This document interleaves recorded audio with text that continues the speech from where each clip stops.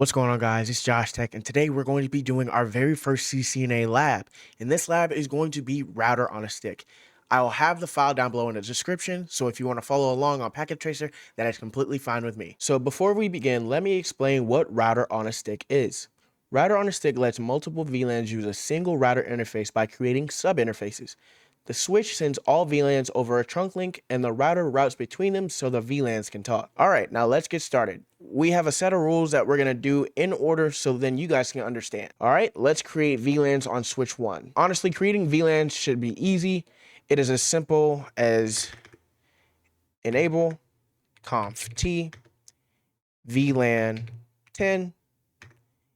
And giving it a name is pretty easy. All you have to do is name, and then VLAN 10 is going to be HR.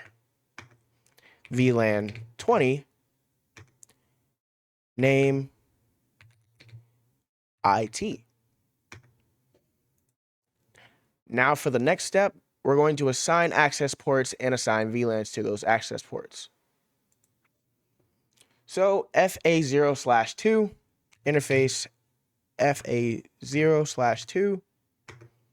Now we're going to assign VLAN 10 access to that switch port.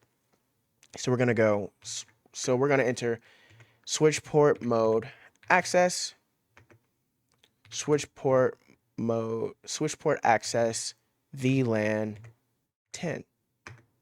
And quick tip for those who are new to Packet Tracer, you can shorten a lot of commands when it comes to these devices, regardless if it's Packet Tracer or physical hardware. And another tip, you can use the up arrow to look at the last used commands.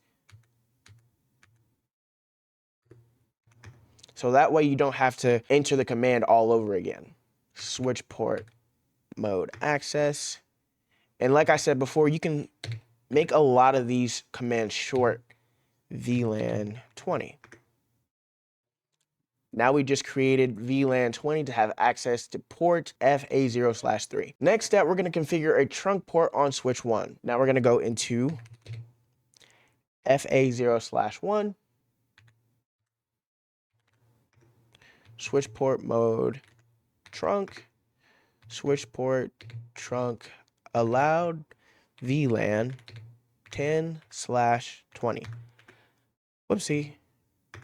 Now essentially what this command does is allow VLAN 10 and VLAN 20 to travel this link together so they can communicate through the sub interfaces that we're going to create on this router.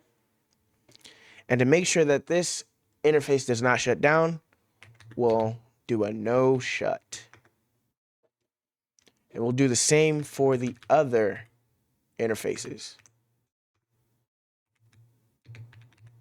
No shut.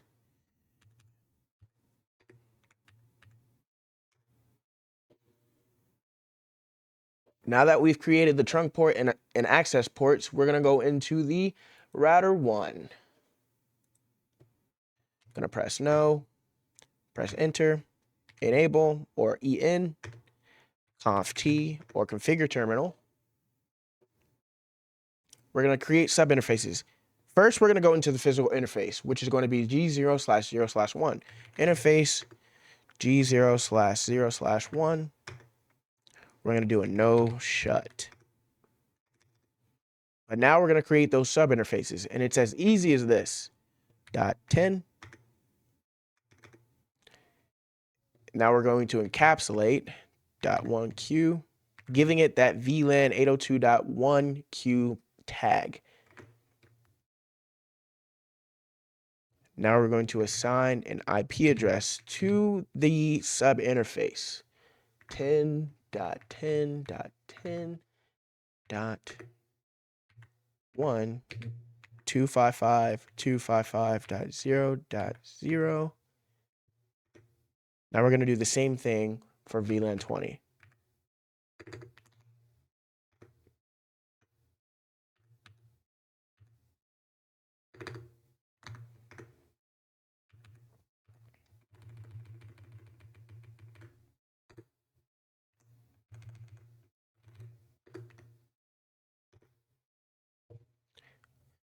All right, now we just assigned the IP address to the subinterface of G0/0/1.20. And as you can see, the link lights here are now green. So I already assigned the IPs to these PCs. As you can see there, 10.10.10.10, 255.255.0.0, with a default gateway of 10.10.10.1. The IP address of the subinterface of G0/0/1.10. And the same would go for VLAN 20. So to verify that this router on a stick is working, we're going to go and do a ping test. Desktop, exit. We're going to go into the command prompt of VLAN 10. Now we're going to ping our default gateway. 10.10.10.1. Response.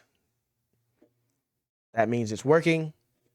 Now we're going to ping VLAN 20's PC.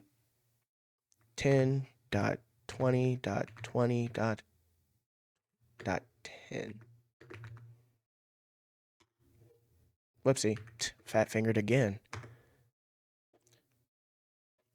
It's taking a while because it's doing the ARP process. ARP is going to essentially assign a MAC address to the IP. So this MAC address has this IP. And if you guys want to see that in a simulation, let's go ahead and do it. We're going to ping HR's PC from IT's PC. And it's going to do the same thing. Ping 10.10.10.10. Now we're going to press play.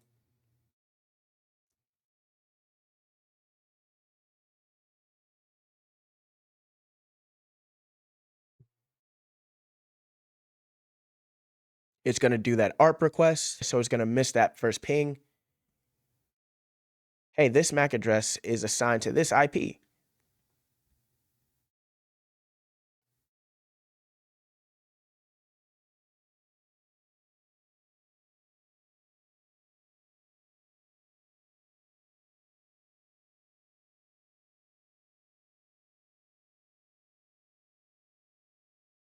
And now let's look. Whoopsie. Now we have a ping. Now let's get out of simulation mode. And there we go. We have a full ping. Hopefully you guys enjoyed this video. Let me know down in the comments what you want to see for our lab next. Please be sure to like, comment, and subscribe, and tune in next time for the next lab.